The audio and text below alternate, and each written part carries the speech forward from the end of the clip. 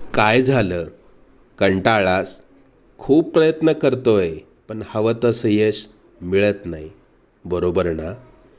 आता ही धावपळ सोडून कुठेतरी लांब निघून जावंसं वाटतंय ना? जरा थांब बाळा, हे कलियुग आहे. इथे खोटं हळूच बोलला तरी सर्वांना ऐकू जातं, आणि खरं ओरडून सांगितलं तरी ऐकू जात नाही. ही लढाई शेवटची असेल. आता तुझ्या रडक्या आयुष्यात येथील सुखाचे सोन्यासारखे दिवस.